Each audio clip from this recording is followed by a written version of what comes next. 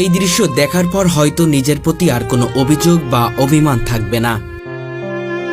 বাবার কষ্ট সহ্য করতে না পেরে 2 হাত হারিয়েও লেখাপড়া ছেড়ে ঢাকায় এসে বাদাম বুট বিক্রি করছে ছেলেটি। বাবা হাতে নিয়ে টাকাটা নিয়ে আব্বু কান্না করে, বাবা আমার এই ছেলে কষ্ট করে আমার টাকা দিতেছে।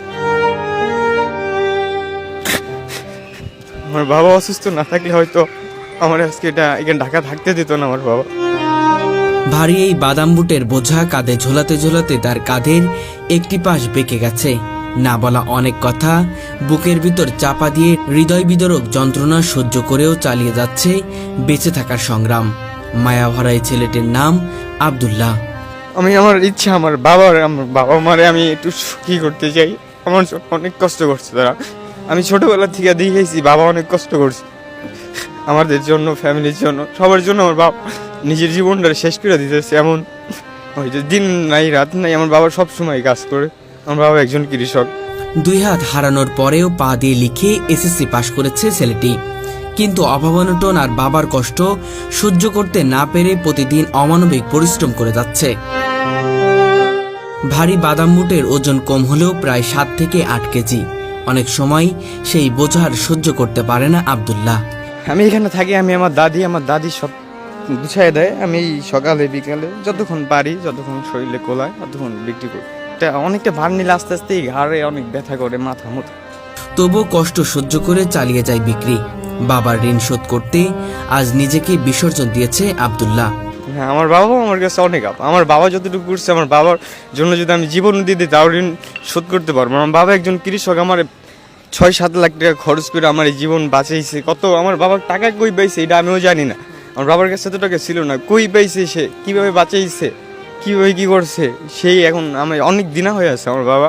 নিজের সব শখ-আহ্লাদ বিসর্জন দিয়ে কঠোর পরিশ্রম চালিয়ে যাচ্ছে সে। বাবার কষ্টের কথা মনে পড়লেই কান্নায় ভেঙে পড়ে আব্দুল্লাহ। বাবা আমার তো বলার মতো না, আমার বাবা আমার জন্য অনেক করছে, আমার মৃত্যুর মুখ থেকে বাঁচাই আনছে আমার বাবা। সে বাবা মায়ের প্রতি কিছু বলার আছে? বাবার জন্য কিছু করতে চাই। দর্শক, আজকে আপনাদের সামনে এমন একটি প্রতিবেদন তুলে ধরতে চলেছি যা আপনাদের হৃদয়কে স্পর্শ করবে। এই প্রতিবেদনটি দেখলে হয়তো নিজের চোখের পানি আর ধরে রাখতে পারবেন না। বাবা মা জানে আপনি এই কাজ করেন? জানতো, কিন্তু জানতো আমি বাদাম বুট বেচি, কিভাবে বেচি এটা জানতো না। কয়েকদিন আগে একজন ভাই ভিডিও করছে, ওইখান থেকে দেখছে, পরে বাবা ফোন দিয়ে কাঁদছে। আমরা দিই কি বলেছে? আব্বা তুই এমন কাজ করতেছি, মাও কাঁদছে। এক গরিব পরিবারে জন্ম আব্দুল্লাহর। স্বাভাবিকভাবে জন্মালেও ভাগ্যের নিষ্ঠুর খেলায় সৃষ্টিকর্তা কেড়ে নিয়েছে তার 2টি হাত। আমার যখন একটা বাজে মন্তব্য করে যে হাত নেই এমনি হ্যান তেন, তখন আমার কষ্ট লাগে। এমনি সারাদিনে আমার কোনো কষ্ট হয় না, আমার তখন অনেক বুকটা ফাইটে যায়। ক্লাস 6-এ পড়ার সময় একদিন স্কুলে একটি খেলা দেখতে গিয়েছিল সে, কিন্তু সেদিন মুহূর্তেই বদলে যায় তার পুরো জীবন। খেলা দেখতে একটি ভবনের 2য় তলায় উঠেছিল। আমি যখন 5 এক্সাম দিয়ে ক্লাস 6-এ ভর্তি হই, আমাদের স্কুলে ওদিনকার খেলাধুলা ছিল, স্পোর্টস ছিল, মাঠে খেলাধুলা হয় ফেব্রুয়ারি মাসে, যে খেলাধুলাটা ওইটা ছিল। আমি ওইদিনকে স্কুলে যাই। স্কুলে যাওয়ানোর পর আমরা কয়েকজন মিলা স্কুলের পাশে একটা বাসা ছিল, ওই বাসার ছাদে উঠছিলাম, যে ওইখান থেকে ভালো খেলাধুলা দেখা যাবে এই জন্য উঠছিলাম। আর সেখানেই অসাবধানতাবশত স্পর্শ করে ফেলে একটি বৈদ্যুতিক তার। মুহূর্তে ঝলসে যায় তার শরীরে বেশ কিছু অংশ। আমি দেওয়াল ছিল ছাদের উপরে, চতুর্থ সাইডে দেওয়ালের সাইডে যে দাঁড়াইছি, এইভাবে দাঁড়াই আছি দেওয়ালের সাইডে। দেওয়ালের ডান পাশ দিয়ে একটা 440 লাইনের তার গেছে। আমি তো দেখি নাই, আমি তখন আগে পরে ওই জায়গায় যাইও নাই, দেখিও নাই। তো আমি ওখানে দাঁড়ানোর পর আমার কাছে মনে হইতেছে যে আমারে শুধু ওই তারের দিকে টাইনে নিয়ে যেতেছে। আমি ওইখান থেকে সরবো এই শক্তিটা আমার ভিতরে নাই, টানতে টানতে ওইদিকে নিয়ে গেছে। আমি নিজের সামলাইতে চেষ্টা করছি। একটা প্লার রড ছিল, রডটা বাম হাতে ধরে ফেলছিলাম, ডাইন হাতের কেউ না, আর পেট যেয়ে পড়ছিল তারের উপরে। আমার ছোট ছোট 2টা মামাতো ভাই ছিল, ওরা ছিল আমার থেকে একটু ছোট, 2-1 বছরের। ওরা দেখার পর আমার ওইখান থেকে শর্ট করে 2 তলার থেকে রাস্তার উপরে ফেলে দিছিল। তো ওরা নামে যেয়ে সবাই বলছিল, তারপর সবাই এসে আমার হসপিটাল নিয়ে গেল। দ্রুত হাসপাতালে নিলে চিকিৎসকরা প্রাণ বাঁচালেও মাত্র 6 দিনের মাথায় কেটে ফেলতে হয় তার 2টি হাত। না, আমার ওই ধরার পরে আমি অজ্ঞান হয়ে গেছিলাম। ওইখান থেকে আমার ফরিদপুর এসে জ্ঞান ফিরেছিল, এর মাঝখানে আর জ্ঞান ফিরেছিল না। আমার 2 হাত পুড়ে গেছিল, এই বুকেও আছে, পেটে অনেকটাই পুড়ে গেছিল, এই পাম্পায়ের রানেও আছে, এখান দিয়ে পুড়ে গেছিল। তারপরে এই ঢাকা আসার পর চিকিৎসা হলাম, 2 হাত কেটে ফেললো, এই বুকে চামড়া কেটে আবার সেলাই দেওয়া আছে। সেই থেকে শুরু হয় আব্দুল্লাহর জীবনের এক নির্মম অধ্যায়। আব্দুল্লাহরা 4 ভাই বোন, সবার বড় হওয়ায় সংসারের ভারটা এখন তার কাঁধেই। বড় ছেলে বলে কথা, তাই বোঝা তাকে বইতেই হচ্ছে। তবে তার একমাত্র বোন কিছুদিন আগেই মারা গেছে। আমরা ফ্যামিলিতে 7 জন। আমার বাবা কৃষি কাজ করে, আমাদের খাওয়ায়। তো আমি চাই যে বাবার জন্য কিছু করি। মা বাবা ভাই বোন, বোন ছিল, ছোট বোন মারা গেছে। আমরা 3 ভাই, এখন মা বাবা দাদু আমি, না আমি সবার বড়।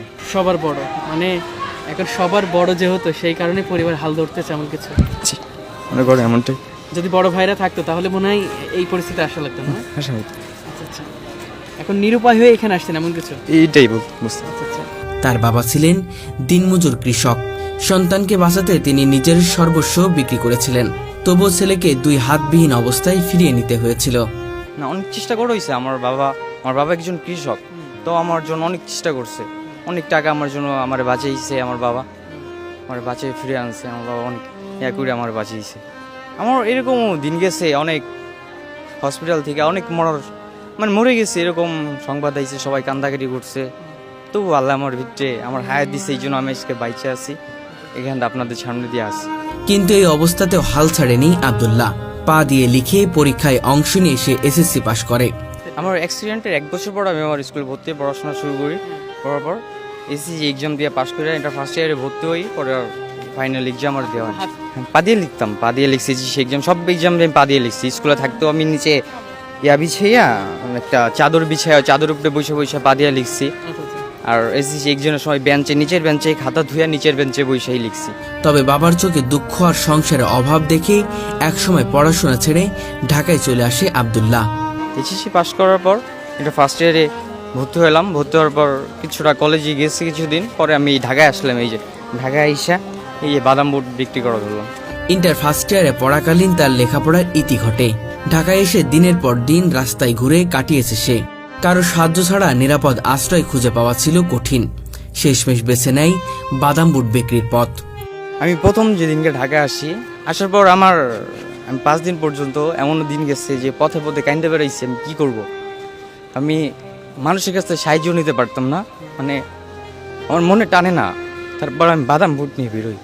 তার দাদি বাদাম বুট ভেজে প্যাকেট করে দেয়, আর আব্দুল্লাহ সেগুলো নিয়ে ছুটে বেড়ায় ঢাকার বিভিন্ন মার্কেট ও পার্কে। ঢাকা ইনকাম করার উদ্দেশ্যে আসা হয়েছে। প্রতিদিন কি পুরোপুরি বিক্রি হয়? থাকে কিছুটা, কোনোদিন হয়, কোনোদিন থাকে, সব দিন তো এক না, ব্যবসা থাকে, হয় আলহামদুলিল্লাহ। প্রতিদিন সকাল থেকে রাত পর্যন্ত বাদাম বুট বিক্রি করে যা আয় করে, খাওয়া দাওয়া বাসা ভাড়া বাদ দিয়ে বাকি টাকা বাবার কাছে পাঠিয়ে দেয়। হ্যাঁ, আমি যতটুকু এনে খাওয়া খরচ বাসা ভাড়া যায় অতটুকু আমি এখানে যতটা থাকে বাবার কাছে দেওয়ার চেষ্টা করি।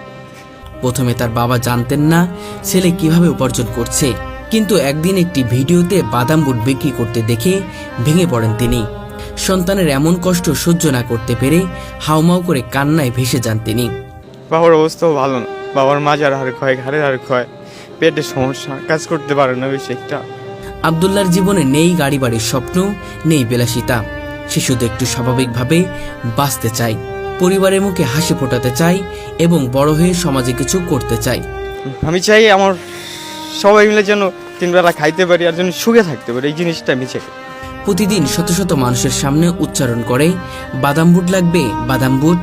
অনেকে তার মায়াভরা মুখ দেখে কিনে নেয়, আবার কেউ ফিরিয়ে দেয়, এমনকি কটূক্তি করে অপমানিত করে। কিন্তু এসব উপেক্ষা করেই এগিয়ে চলে সে। এইটাই কষ্ট আমার সব থেকে এখন, যে মানুষ যখন আমার একটা কথা বলে তখন আমার অনেক কষ্ট লাগে।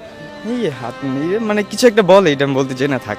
চাইলে ভিক্ষার তালা হাতে নিতে পারত আব্দুল্লাহ, কিন্তু আত্মসম্মান আর মর্যাদার কাছে মাথা নত করেনি কখনো। তার একটাই বিশ্বাস, নিজে কষ্ট করব, তবু মানুষের কাছে হাত পাতবো না। মানুষের কাছ থেকে সাহায্য নিতে অনেক আমার বুকের ভিতরে অনেক কেন যেন কষ্ট হয়, যে মানুষের কাছে বলবো যে আমরা একটু সাহায্য করেন, এই বিষয়টা ভাবতে গেলে আমার অনেকটা কষ্ট হয়। এই জন্য নিজেই পরিশ্রম করতেছি, নিজে যতটুকু হয় এতটুকু দেয় আলহামদুলিল্লাহ। দেখি আল্লাহ যদি কোনোদিন সফলতা লাগে। নিজের সব শখ আহ্লাদ বিসর্জন দিয়ে অশ্রু লুকিয়ে বাবার মুখে হাসি ফোটানোর জন্য নিরলস পরিশ্রম করে যাচ্ছে সে। আমি সকালে 10টা-11টার দিক বেরোই, 2টার দিকে যাই, যাই গোসল করে খাওয়া দাওয়া করে আবার বেরোই, 10টা-11টা বাসায় যাই।